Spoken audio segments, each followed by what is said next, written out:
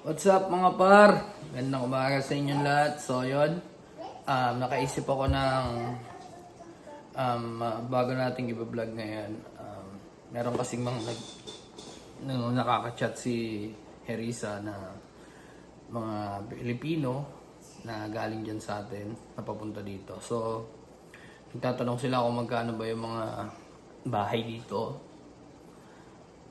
So basically, di-discuss natin ngayon kung magkano ang cost of living dito sa Charlottetown.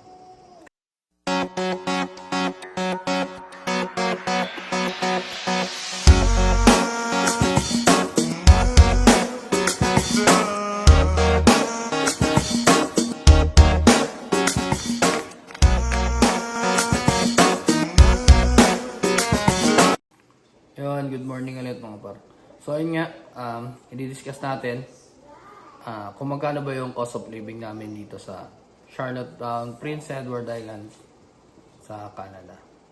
So disclaimer lang, ito yun based lang to doon sa gastos namin dito sa Canada, hindi to sa lahat ng mga nandito sa Canada. Okay? So iba-iba kasing iba-ibang factor yung kung depende sa province na tinitiran nyo para tulong na din.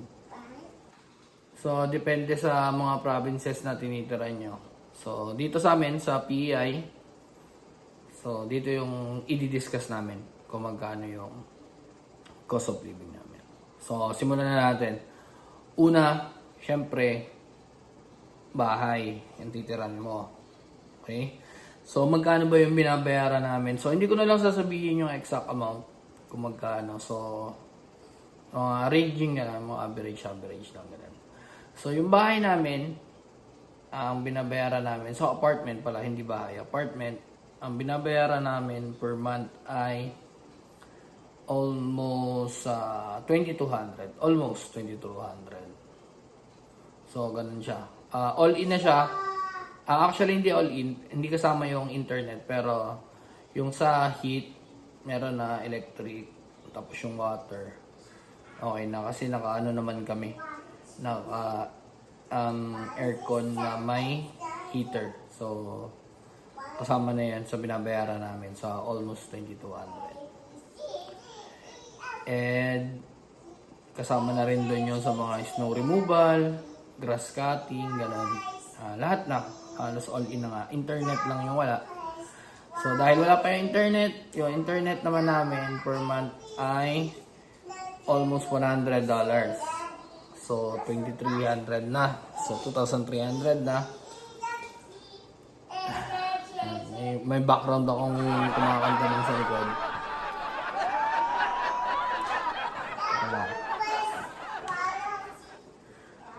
So, yun. Internet nga. Balik tayo sa internet. $100 almost. Ganun. Tapos, include na yung tax doon sa almost $100. Ang sunod, sasakyan. Kumuha kami ng bagong sasakyan. Pero nung bago kami dito, bumili kami ng sasakyan cash na second hand. Nasa 3,000 ba? Hindi ko na matandaan Pero yun, mga ganun. Tapos binenta rin namin sa Pinoy na dumating din dito kasi kailangan niya ng sasakyan. So, binenta namin yung sasakyan sa kanila. Yun. Tapos, ang sasakyan namin na binabayaran per month ay almost $600. Almost $600. Pero bi-weekly siya namin binabayaran. Ang bi-weekly namin, yun, almost 300 bi-weekly. So, 600. Tapos, syempre, pag may sasakyan ka dito, kailangan mo rin ng insurance. So, sa insurance ng sasakyan, dahil kailangan din ng insurance, so, dalawa insurance namin, isang sa sasakyan, tapos isang insurance ng tenant insurance dito sa apartment. Na-required kami ng landlord namin na kumuha kami ng tenant insurance. So, medyo nakamura kami. Hindi ko alam kung mura yun pero nagkaroon ng discount kasi kumuha kami sa kanila ng insurance ng sasakyan, tapos kumuha rin kami ng tenant insurance sa kanila. So, nasa around 240 Ganon. Ang bahay, internet, sasakyan, tapos insurance ng bahay sa ng apartment sa sasakyan. Ang next, groceries namin per month, nag-budget lang kami ni Risa ng $600 per month. Pero mukhang kulang. Yun. Pero mga ganun. Pero minsan di rin namin na nauubos yung 600. Depende. Kasi ang ginagawa namin, bumibili kami, pag nga nagkaroon ng sale ng bigas, bumibili na kami ng marami, siguro mga nasa 10 sako. Ang isang sako dito, 8 kilos. So mga ganun, bumibili na agad kami ng ganun karami. Lalo na, kung wala namang limit. Kasi minsan walang limit, tapos minsan may limit. Pag may limit, naghihiwalay na lang kami. Bibili siya, tapos bibili din ako para makarami kami ng bili. Ganun. So, sa grocery, 600. So, nasa, magkano na? 2,2 plus 100 na internet, 2,3 plus 600, 2,9 plus ano pa? Insurance na 240, ganun. 3,000 something. Basta i-compute ko, ilalagay ko dito. Yung total. So, 600 sa groceries. Tapos, okay na yun So, halos sa amin, yung 600, sakto na siya. Minsan nagkukulang lalo na pag nagpo-food trip kami ni Risa. Mahilig kasi kami mag-bake ng mga liempo. Ganun. Mahilig kami mag-belly roll, ganyan. Tapos, mahilig kami mag-bake ng mga baby back ribs. Yan, medyo napapadagdag kami ng budget sa grocery pag gaganan. Tapos, ano pa ba? Babysitter. Hindi naman babysitter. Yung binabayad namin sa daycare. Kasi, katulad ngayon, medyo marami na akong pang-umaga. So, kailangan naming dalhin si Eris sa babysitter. Yung batang makulit na yan. Kailangan namin siyang dalhin sa daycare. Home daycare siya. So, ang binabayaran namin sa home daycare ay $25 per day. So, mga nasa 200 yung range ng binabayaran namin per month. Depende sa duty ko or depende sa pasok ko ng pang-umaga. Kasi dati, puro pang-gabi naman talaga ako. So, nagkaroon ako ng part-time. May pang-umaga, tapos may pang-gabi doon sa part-time ko. So, kung may pang-umaga ako, doon lang namin siya dinadala ng daycare. Yan, ganun. 200 ang budget namin doon sa daycare niya. Tapos, ngayon, mag-i-start na yung klase. So, may budget din si Iya na magkano ba? 100 per week. Babudget lang namin siya. Pero, may pagkain naman dito sa bahay. Pwede siyang magbaon. Pwede siyang magdala ng mga snacks niya. Pero, yun pa rin yun. May budget pa rin siya na $100 per week. Para matuto siya mag-ipon. Kasi gusto namin siyang turuan mag-ipon. Kung uubusin niya ba yung $100 na yun sa loob ng isang linggo or sa isang araw lang. Kasi minsan pag nakakita siya ng mga gusto niyang pagkain, bibili niya talaga yun. Wala siyang pakialam kahit maubos yung budget niya. So gusto namin siyang turuan. Sinabihan namin siya na kung makakaipon siya, edi idagdag niya sa pambili niya ng computer. Kasi gusto niya bubiling computer. Sabi namin, pag-ipunan niya. Bigyan namin siya ng allowance. Mag-ipon siya, di ba? Ganun. So, gusto namin siyang turuan kung paano mag-ipon. Pero yun, balik tayo. So, meron siyang $100 dollars per week. So, kung piliin na natin dyan, nandyan lang yun. So, ano pa ba yung binabayaran namin? Hindi kasi kami naglagay ng budget namin paglabas-labas para kumain. Kasi hindi naman kami mahilig lumabas. Ay, ako pala, hindi ako mahilig lumabas para kumain. Maggala para kumain sa labas, ganyan. Kasi halos wala pa akong time ngayon para sa ganun. Kasi nga, dalawa yung trabaho ko. Kailangan ko muna maghapit ngayon kasi marami pa tayong binabayaran sa Pilipinas. Iniwanan nating utang. Hindi naman pwede nating hindi bayaran yun kasi responsibilidad natin yan. Pero yun, balik tayo. So, ayun yung total lahat. Ito, total natin lahat. Yan yung base lang sa amin, sa pamilya namin. Family of 4. Yun yung ano namin, yun yung monthly expenses namin. So, kung tatanungin nyo kung magkano yung monthly income naman namin, syempre, kung may monthly expenses ka, meron kang monthly income. So, yung sahod ni Harissa per month ay nasa around, sabihin na lang natin na 2,000. 2,000 na lang. Pero, more than yun, more than. Pero doon na lang tayo sa 2,000 per month. Yun yung regular na pasok niya. Na, kasi minsan may 9 hours siya, ganun. Minsan, hindi kasi natin masabing 8 hours lang siya kasi, yun nga. Sahod yun ng manager dito shift manager sa McDonald's. So, nasa around 2,000 or 22, ganyan. Andun lang, naglalaro lang sa 22 or 2,000 per month na yun.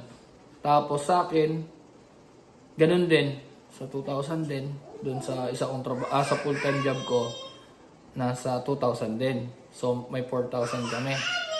Sa part-time ko naman, ngayon may oras ako na, magkano ba?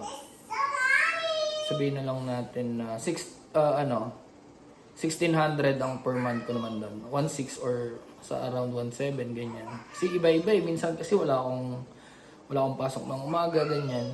Minsan meron. So, depende sa situation. Pero, doon na lang natin sa wala akong pasok minsan na umaga. Mga nasa 1,600. So, meron kaming income na sabihin lang natin, rough estimate lang, hindi yun eksakto Meron kami per month na 5,600. Yan, 5,600. So, yun, kumputin natin, magkano pa yung natitira sa amin. Yan, ito yung expenses, income, tapos yung natitira namin. Okay? Yung natitira namin, syempre, kailangan namin magpadala sa Pilipinas ng pambayad utang. Tapos, minsan nahingi ako kay Arisa ng pera.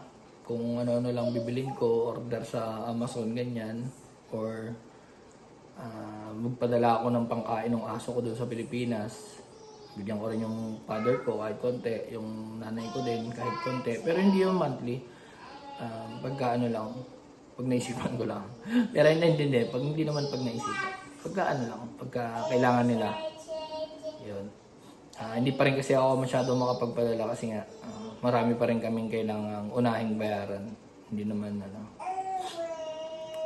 naman natin pwedeng hindi bayaran yun kasi responsibilidad natin yan, di ba? So, yun. Ganun, mabilisang mabilisang vlog lang tayo. Gusto ko lang i-discuss yun para sa mga Pilipino na gustong pumunta dito sa Canada, specifically dito sa PEI, sa Charlottetown kami ng PEI. So, hindi ko rin alam kung depende rin yun kasi yung ibang tirahan pala dito sa PEI, medyo mas mura yung kumpara dun dito sa amin. Kasi nasa mismong sentro kami ng PEI. So, iba din yung monthly payment ng apartment, iba yung rate ng apartment doon sa Summerside, sa Cornwall, sa Stratford, ganun. Iba-iba. Basta dito lang yan sa amin sa Charlottetown, okay? Kasi baka naman sabihin nyo, may mag-comment dyan bigla na bakit ang mahal naman ng apartment nyo, ganun, di ba? So, yung apartment namin parang style condo siya, bagong gawa. Actually, nung tumira kami, bagong gawa talaga siya. Wala siyang gamit. Ang gamit niya lang dito, ref, microwave, tapos yung stove, electric stove. Yan. Tapos the rest kami na bumili lahat. Depende nga. Ito yung nakita naming apartment. Sabi nila medyo mahal, pero galing kasi kami sa medyo mas mahal pa doon. So, ang binabayaran namin ng una, bahay yon na 3 bedrooms. Ang binabayaran namin doon ay nasa around 22.75, parang ganun. Tapos wala pang kuryente, wala pang heat. So, medyo mataas yung binabayaran namin doon nung pagdating namin dito sa Canada. So, lumipat kami dito. Excuse me. Lumipat kami dito, so medyo mura-mura na yun. Pero siguro, in the near future, bang maghanap pa kami ng medyo mas mura-mura pa para medyo makaipon-ipon pa kami ng budget namin. Or makapag-save pa kami ng pera.